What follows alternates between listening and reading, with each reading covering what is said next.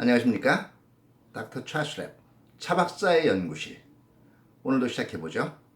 제가 내일부터 해외 출장이 있어요. 그래서 아마 9월 10일까지는 새로운 클립을 올리지 못할 것 같아서 오늘 출발하기 전에 한 편을 새로 올립니다. 오늘은 조금 부담 없는 주제로 해보죠. 북한 얘기인데요. 지금 북한 최고 지도자 국무위원장직을 맡고 있는 김정은이죠. 얼마 전에 이제 이 최고인민회의 대의원직에는 취임을 하지 않음으로 해서 이제 조금 서방 지도자 같은 일종의 권력이 분리된 듯한 그런 인상을 풍기려고 한다라고 제가 지난 클립에서 말씀을 드렸어요. 자, 북한 최고 지도자인 김정은, 그리고 그를 그림자처럼 밀착 수행하는 인물이 하나가 있죠. 뉴스나 이런 데서 이미 자주 다뤄졌습니다. 네, 바로 그의 동생 김여정입니다. 김정은의 아버지 김정일한테는 와이프가 여럿이 있었는데요. 비교적 북한 내에서 이 정실에 가까운 쪽으로 인정을 받고 있는 게 이제 고영인데, 고영이와의 사이에서 난 자식이 셋이에요. 하나가 김정은의 형인 김정철, 그리고 김정은, 그리고 김여정, 이렇게 됩니다.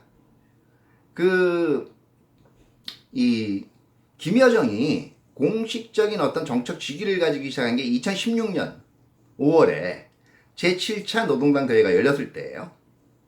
이때 어떤 직위를 갖게 됐냐면 노동당 중앙위원으로 이제 이름을 올리게 됩니다. 이 정도 되면 북한 내에서 서열 한 250위권 내에 들어간다고 보면 돼요. 자, 그런데 1년 뒤에는 또 이번에 노동당 제7기 2차 전원회의, 노동당 중앙위원회의 전원들이 모이는 노동당 제7기 2차 전원회의에선 노동당 중앙위원회의 권력이 집중된 정치국의 후보위원으로 또 이름을 올렸습니다. 1년 5개월 만에 서열 250위권에서 한 서열 50위권 안에 드는 인물로 신분이 급상승했다라고 보면 됩니다. 자, 이 정도로 갑자기 신분이 상승하기 시작했고, 본격적으로 김여정이 이제는 이 서방 언론들이나 우리 언론에 모습을 드러나기 시작한 게 언제부터죠? 네, 작년에 평창올림픽 때 특사단의 일원으로 왔을 때, 이때부터 거의 김정은 이후에 이 판문점에서의 정상회담이라든가, 그리고 평양 정상회담에 이르기까지, 그리고 금년에 2월에 하노이 정상회담 이르기까지 김정은이 나타나는 곳이라면 어디든지 김여정이 나타났어요. 더더구나 그 과정에서 신분도 원래 노동당에서 정치국 후보위원 정도가 아니라 노동당의 중앙위원회 부부장, 그것도 이제 제1부부장으로 작년에는 신분이 상승했죠. 제1부부장이면은요, 이 정도면은 북한 내에서도 거의 장관급에 가까운 직위를 가지고 있다라고 볼 수가 있는데요. 제1부부장으로 모습을 올린 이후에 신분이 계속 상승을 하는 듯이 보였어요. 그러다가 이 2월 달에 하노이 미북 정상회담에서 별다른 합의가 이루어지지 못하고, 합의 없이 2차 북미 미북 정상회담이 끝난 이후에는 또 문책설도 나돌았고요. 자숙설도 있었습니다. 실질적으로 그런 이 정보를 반영하는 것이요. 금년도 4월 10일에 이 김정은이 이 노동당 이 부부장급들하고 사진을 찍는 기회가 있었는데, 정치국원들하고 노동당 정치군들하고 사진을 찍는 기회가 있었는데, 이때는 김여정은 빠졌었단 말이에요. 그때 여러 관측가들이 생각을 했어요. 이거 이른바 너무 알려져서, 시쳇말로 너무 나대서 지금 근신 같은 거 하고 있는 거 아니냐, 아니면 김정은 자체가 어떤 정책 위상을 좀 동생의 정책 위상을 조정한 게 아니냐 하는 이 분석이 있었는데요. 아니요, 열흘 뒤에 시진핑 중국 주석이 북한을 방문했었죠. 금년 4월 20일입니다. 이때 시진핑을 영접하는 자리에서 그 노동당 이 부위원장급, 김정은이 노동당 위원장이에요. 그러니까 노동당 부위원장급이면 이게 거의 이 정치 국원급이라고 보면 됩니다. 장관보다도 높아요, 어떻게 보면. 근데 그 정치 국원들 사이사이에 후보의원에 불과한 김여정이 끼어 있었단 말이에요. 이거 오히려 문책을 받은 게 아니라 신분이 더 올라간 거 아니야? 이런 또 분석들이 나돌기 시작을 했죠. 자, 과연 어떤 게 진실일까요? 이걸 이해하기 위해서는요, 북한 내의 독특한 정치 이데올로기를 이해할 수가 있어야 됩니다. 지금 북한에 수령대 독재가 이루어지는 가장 기본적인 이 배경을 제공을 한 것이 1960년대부터 모습을 드러낸 이른바 주체 사상이에요.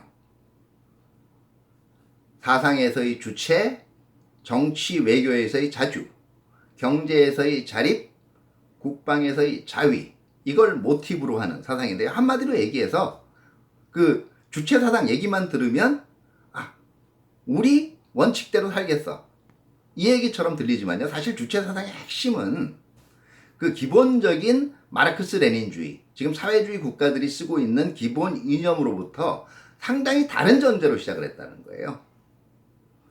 원래 제가 공산당 지도구조 얘기할 때도 일부 얘기를 했지만 이 사회주의 국가들에서 가장 권력의 핵심을 이 핵심으로 자리 잡고 있는 것이 바로 공산당이에요. 이게 왜 그러냐 하면은요, 제가 말씀드렸죠. 원래 공산주의 국가란 말은 어폐예요.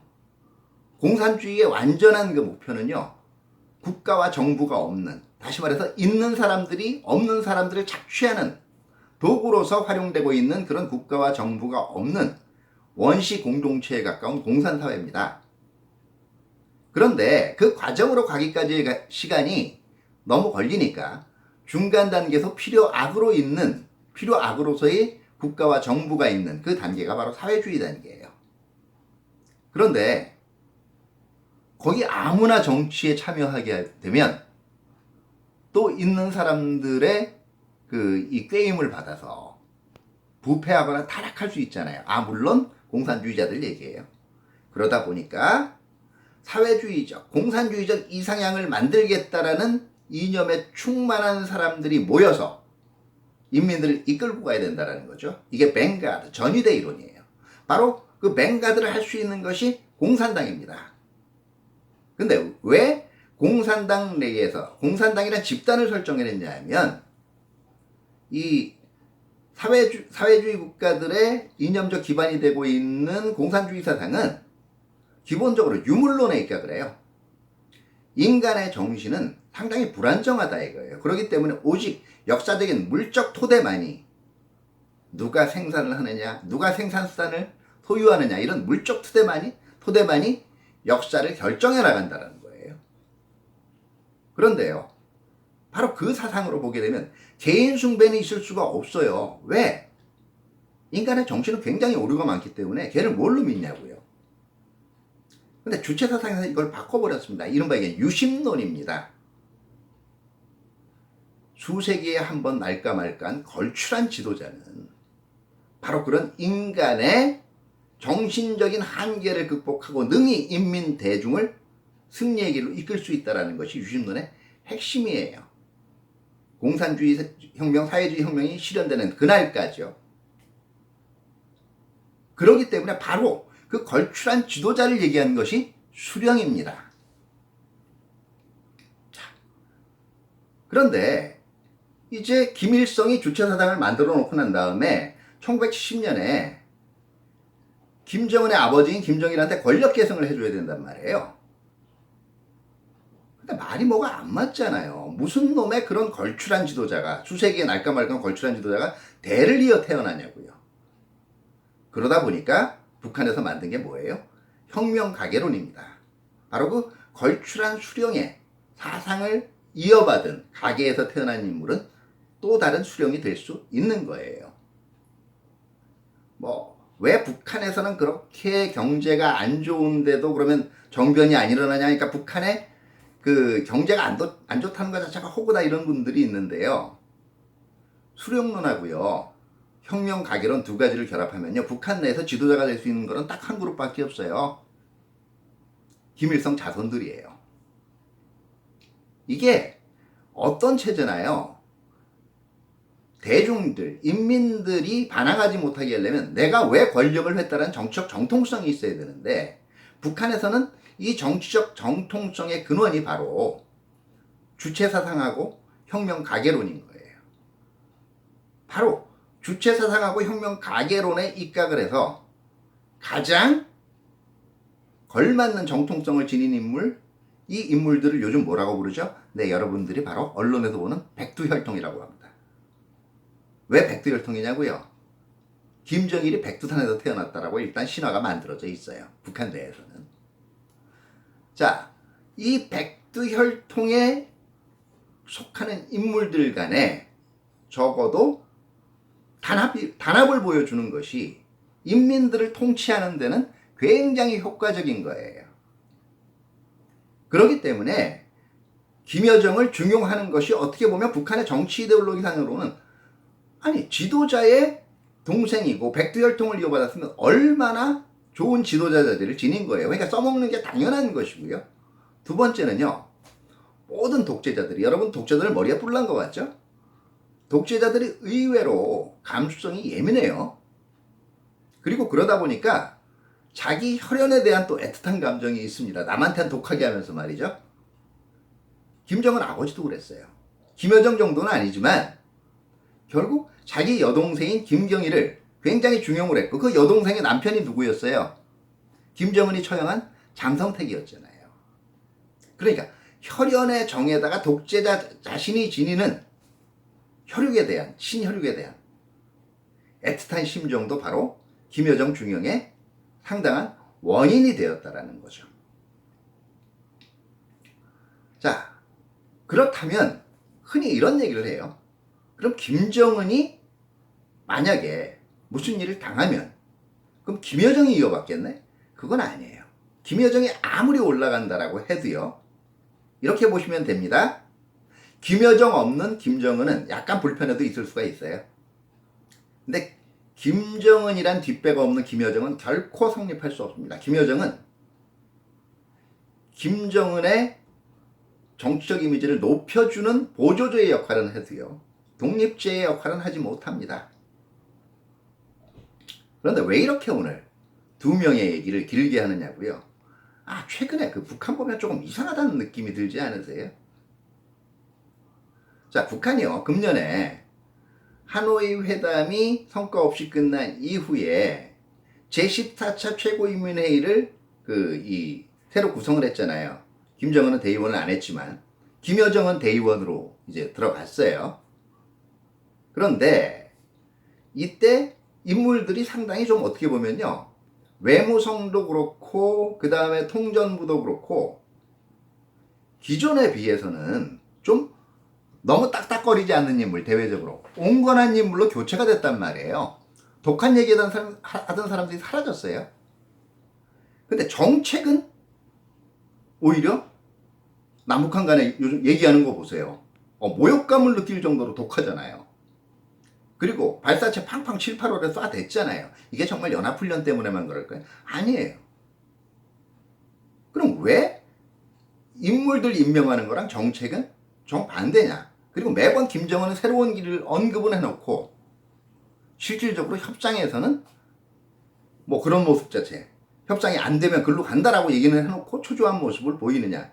저는 이게 일종의 김정은 자체의 일종의 결정장애가 있는 게 아닌가 이런 생각을 하고 있고요. 자, 이제부터는 약간의 상상력의 영역입니다. 이 결정장애를 보완해주는 것이 그 여동생 김정은이 아닐까 하는 생각을 해봅니다.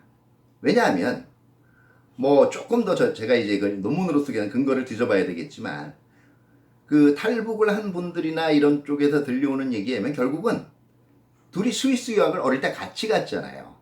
이때도 약간은 내성적이고 수줍은 김정은을 적극적으로 그 친구들하고 맺어주고 대외 행사에 가게 하고 이런 데 조언을 해준 게 김여정이었다는 얘기도 있거든요. 김정은의 결정장애 보완요. 여기서 하나의 상상의 나래를 펼쳐보면요. 자, 트럼프하고 작년부터 김정은하고 이른바 친서 외교라는 걸 왔다 갔다 했잖아요. 근데 트럼프가요, 기자들한테 친서 내용은 안 알려주면서 굉장히 따뜻한 친서를 받았다. 그래서 브로맨스라는 얘기도 나오죠. 그러면 이거 한번 이런 생각을 해볼 수 있지 않을까요? 과연 그 친서의 작성자가 김정은 자신일까? 트럼프가 호감을 느낄 만한 스트롱맨으로서 적당히 수줍어하고 적당히 트럼프를 올려주는, 그러면서 본능적으로 어떤 호감을 느낄 만한 감정, 물론 그건 트럼프 과장이겠지만은요, 불러일으킨 원문을 쓴 인물, 친서의 원문을 쓴 인물은 누굴까? 그리고 김여정이 맡고 있는 지금 직책이 노동당 선전선동부 제1부부장이에요. 지도자의 이미지 메이킹 담당이고 연설문 작성에도 관여합니다. 어쩌면 트럼프가 얘기했던 그 따뜻한 내용의 친서의 원 작성자, 그거는 김정은이라기보다는 김정은이라는 입을 빌린 그 여동생 김여정인지도 모르겠습니다. 자, 오늘 다프트 차수랩 여기까지 하겠습니다. 감사합니다.